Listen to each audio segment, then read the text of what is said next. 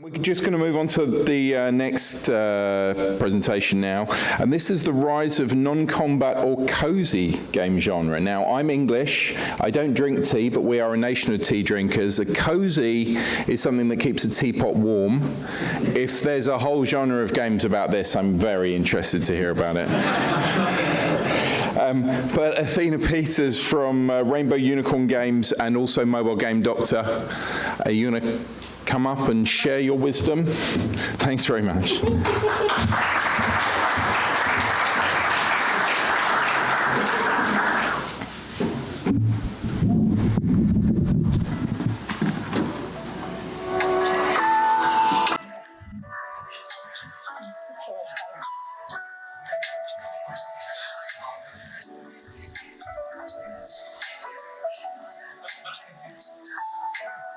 Hi everybody.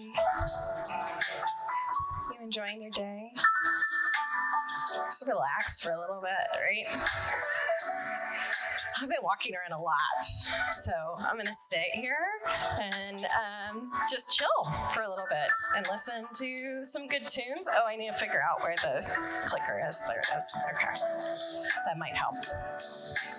At some point, I'm gonna talk about games. Yeah, so I'm Athena Peters, and I'm here to talk about the rise of cozy games. I chose this topic because I happen to be a huge cozy game fan, which you'll learn as I go through this topic. But I've been really excited to see how much they've been catching on in the last few years, and how much growth there is. And so I'm wanting to share it with all of you so that hopefully there's other people in this audience that might discover new things that they hadn't thought about, or even just started thinking about, how they might be able to incorporate some of the aspects of cozy games into their own projects. So we'll start out with what is a cozy game? When I say that, what does that mean? So the concept and what we usually talk about when we think about cozy games is that the intention of the game is to have the player feel relaxed and happy while they're playing the game. So instead of giving us that adrenaline rush, right, that big serotonin boost that we might have with more action games, the intention of a cozy game is to help you just kind of chill out, right? Meditate. We've seen a lot of meditation style games. So up here I have a few examples of them, and as you'll see in my examples above, this is nothing new. So Sims,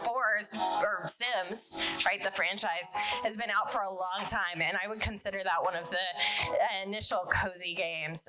There's not really big time pressures in Sims. There's not you have to go out and beat up some monsters and have a bunch of flashy things on the screen, right? It's people sit in it and they create, and they just kind of hang out and come up with their own stories with their characters, etc. So this has been around for a while. The next big thing, and I think really what's set off the craze, is Animal Crossing. So Animal Crossing came out, and just a little snippet on that. I remember I was in a game writing course many years ago, and in the course we were deciding, as a group, what should our story be about, and the mechanics of this game that we were inventing. And myself and another person that was in the class, who happened to also be a woman, suggested to the group that maybe the story is that we need to explore and collect things and make friends with people. And our teacher said nobody wants to play that. That sounds awful. So boring. Nobody wants to play that. I think Animal Crossing proved that wrong. People love that game. It's a great game, right? Is it for everybody? No, but it's cozy games aren't for everybody. But for those of us that they are for, boy, do we love them, right? Animal Crossing is 100% that. If you haven't played it, it's I can spend hours picking up shells on a beach, especially that beach, because I don't come back with like sand in weird places that shouldn't be. So picking shells up in Animal Crossing, far more enjoyable experience even than real life, is the way I put it. Another one that came out recently, Disney Dreamlight Valley. That's huge. It's on multiple platforms. It's a great game. It gives you like the RPG aspect of doing quests for all these, familiar characters and growing things and decorating your home, all in this like warm and cozy environment with your favorite Disney characters, right? I've poured so many hours into that game. It's really well done and beautiful, and on multiple platforms. So that's great. Another really great example and an indie game in this category, like versus these other ones that are highly popular, Stardew Valley, which was created by a single person originally, which is just amazing to me, and just came out, it was widely successful. I don't know very many people who have never played Stardew Valley or even heard of it. If you haven't, I highly recommend going in. It is a great example of a very well done indie game. Now that game does have combat, so it doesn't meet the my category for cozy games. That's not to say a cozy game can't have combat, but it's also not the main goal of that game. It's there, and if you want to go do it and you like fighting monsters, you can totally have that experience, but you can also just chill out in it. What I've been amazed by lately is actually that I'm getting Facebook ads that I could go have therapy in Stardew Valley. Check it out, ma'am. I'm wondering how much I'd actually get out of therapy if I was. That just sounds like I'm doing co-op with a therapist and we're playing games together. I'm not sure that I would actually learn how to go in and fix my deep-seated issues. One of which is my horrible addiction to cozy games. All right. Who plays these games? So, as I said earlier, nobody wants to play these games. Right? It's not true. So, I love this quote, writing for Wireframe, Helen Johnson notes the fundamental indicators of a cozy game is that they tend to be more inclusive in terms of representing gender, sexual identity, race, and disability through their gameplay, characters, and stories. And that inclusivity is also reflected in the community. So if you just look through top videos of cozy games on TikTok or YouTube shows, also like my little caveat, there's also the wholesome games hashtag you should look up. We'll give you similar things. These content creators don't just fit into your stereotypical idea of what a gamer is. So for my 20 plus years of experience in the game industry, almost every game I worked on, I was told that the only demographic that matters is white men ages 18 to 35. That is so ingrained into my brain, I could just spit it out over and over and over and over again. That's it. That's the only audience that matters. Those are the only people who play games and spend money on games, all of that. That is not true. I'm going to tell you that right now. There's plenty of data to disprove that. Those are not the only gamers. And those of you who are in the audience, that's awesome. I don't have a problem with it. And there's plenty of games for you to play. I have loved making many games for you and your demographic for years, but there are other demographics out there. And one of the appeals of cozy games is that a lot of the creators of cozy games are specifically going out and seeking those other audiences, right? And then in doing so, they're also creating more representation for those other audiences. So we actually have a better chance of actually seeing ourselves in the games that we're playing, which is amazing. But that doesn't mean that men don't play these games too. They do. I know a lot of men who play cozy games and enjoy them. I know a lot of men who design them and create them. But yeah, you also have that broader market of like women and non-binary folks and folks, POCs, and people of various sexualities, et cetera, all playing these games. So it's a great way to like widen your audience and really reach out to them. So why now? Why is this, like, I've told you that The Sims was a cozy game, and that's been around for a long time, but why am I saying the rise of cozy games right now? Why are we seeing even more of those on the market? I gesture vaguely at the entire world. It's a mess out there.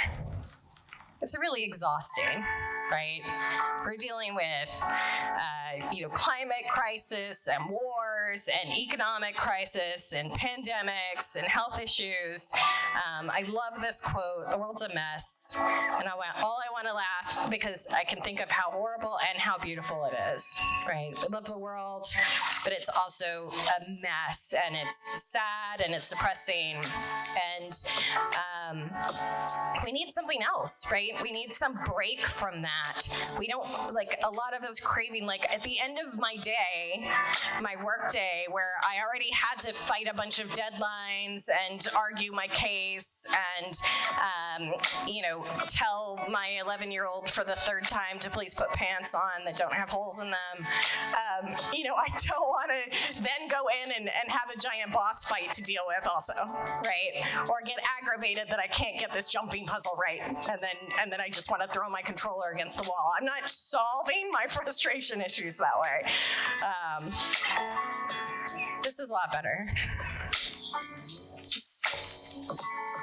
Just sit with some plants. I'm going to take care of the plants. I'm going to post a message about how I feel today. And then I'm going to relax. I'm going to listen to some lo-fi music like we're listening to right now. And then all of a sudden I get a chance to wind down. And also remember why I love this world, that I'm so frustrated and saddened by the fact that we're dealing with the climate change issues and the mess and the war and all of that. I can go to a cozy game and be reminded about what's beautiful about it and what's lovely about it and why I want to have these connections to people and plants and the earth and all of that. So this Kinder World game by Lumi Interactive is amazing. It's kind of a mental health app combined with a little bit of gameplay mechanics. You get a plant, you can water it like twice a day. You send it a message about how you're feeling today. There's a little like white Samoyed dog that comes in, checks in on you. You get messages from butterflies. It's very sweet. There's not a whole lot of gameplay because the point is that you just check in on it and take a meditative few minutes and then you log out. They were really successful. They actually funded via Kickstarter originally, so it was, and then that Kickstarter encouraged investors to go ahead and give them money for their seed round. So they had a very successful, one of the largest game raisers for an Australian development company. So definitely something worth looking into. And one of those things that makes those of us who are looking into these alternative game styles really hopeful that there is a market here and that investors are really starting to pay attention and notice that these things are important. So how popular are they really? So we say people want to play this while other people say they don't. Well, here's I think the biggest tell of it all. Animal Crossing has sold 42.21 million pieces on Switch. It is the second largest game sale on Switch. The only thing that has outsold Animal Crossing is Mario Kart. That's it. That's the only thing that people want to do more on Switch is drive around Mario Karts than chat with their animal friends and farm and pick up shells on the beach. So that tells us there is a need, right? There's a need. There's a strong desire. These are very popular when the games are developed and they're actually given the time and the love and the depth of design, quality of design. They can be giant hits like this game. Other things to know: just in the last year, we've seen searches for cozy games go up by 155%. So this is something that people are just really starting to go, like, I want more of this. How do I find it? How do I find out more about them? How do I find, these games to play? We're seeing communities pop up all over the place on YouTube and Instagram and TikTok. They're specific to the cozy games themselves, right? Or somebody will sit down and just chill out with some music and decorate their house and make friends with animals. And, people are watching that to also chill out with these influencers, right? And that's encouraging big brands to start taking notice and bring in sponsorships. And then one of the other great, showing how popular they are is that Netflix actually recently purchased Spry Fox, which made Cozy Grove, another great little cozy game if you haven't checked it out yet. And Spry Fox's entire mission statement is to bring happiness to the people who play their games. And so, when a giant publisher like Netflix is like, we want an entire studio who's just going to focus on playing, making us these happy games, then that tells us that we're really, they're becoming a thing to notice. So I particularly work a lot in mobile. So a lot of the games I was just talking about are console and PC games. But do these exist on the mobile space? They do. Actually, Kinder World is a mobile game. But here's just some examples from the mobile games, right? So this isn't just limited to your single player games that you can pay, you just get that one single payment and then you're done. Cozy games in the mobile space can actually monetize really well. So here's a nice, just kind of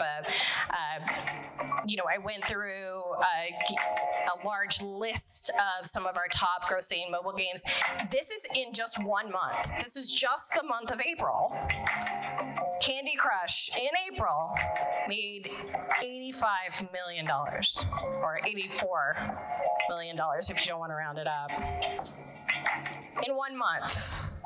Right? And that's that's one of those games that's been around for a long time. People just like their puzzles, but maybe you're like, hey, that's a little too pure into the puzzle, maybe that's not quite cozy enough. I then give you Gardenscapes and Homescapes, which are all about decorating either inside your house or outside your house. It's the exact same game. And one on outside and one on the inside, and then going through these narrative stories about this gentleman who's inherited this house and is decorating it. Those games individually make, $51 and $39 million a month. Then you've got your hidden picture games, June's Journey, which is this hidden objects game up here. Follow along in this little narrative story, find hidden pictures, $10 million a month. And the latest one that I just started downloading and playing, because I love myself a dress-up game, is Life Makeover. Life Makeover just came over. I think it's been out for a little while in Singapore. It was developed in Singapore, and it's been in the Asian market for a little while. But this past month is its first month in the U.S. market, and it made $5 million. And that game is a game about dressing up and decorating your house. And that's it. You dress up and you decorate your house and you follow along on a story that's not quite translated fully to English. It's a little confusing, but the other gameplay aspects are fantastic. And I look forward to seeing how that improves and their localization improves over time. So I've just told you all about these cozy games and how great they are and why we should be doing them and who plays them. How do you get involved in doing that?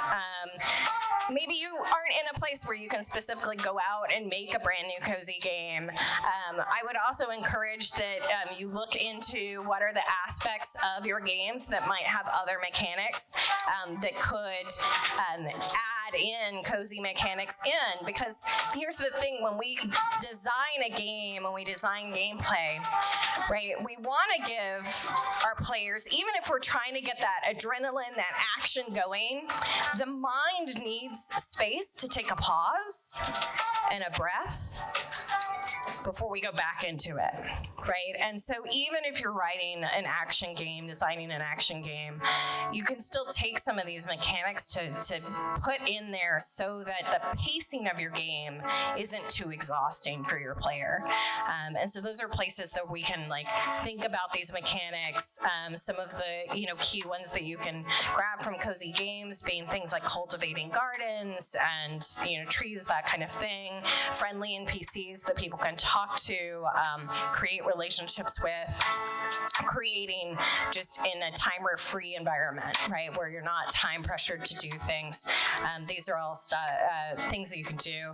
I gave an example here. So that picture right there is a Hobbit party in Lord of the Rings Online. I was an executive producer for Lord of the Rings Online for a couple years.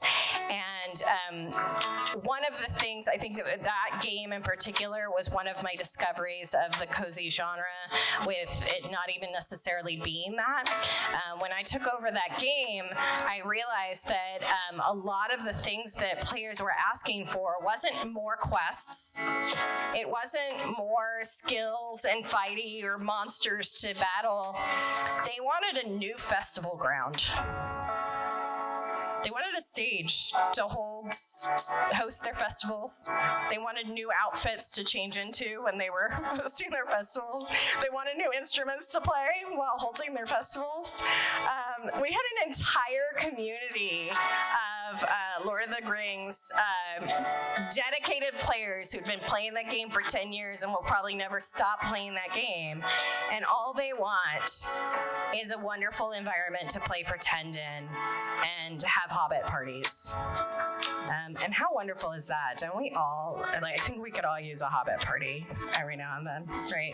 Just chill out in the sunshine, bare feet, eat food, maybe dance if you want, eat more food. So this brings us into so what am I working on? I'm working on a cozy game for the mobile market. One of the things that we're doing actually is creating two apps. So we're creating one app that's just a reader app, so similar to your magazine apps, your webtoons, etc., that just tells the story of our stories in our world. It's a newspaper from our world. And we're encouraging this cozy aspect of just being able to sit in front of the fire, whether it's the one you put on your TV or a real one. I'm not judging.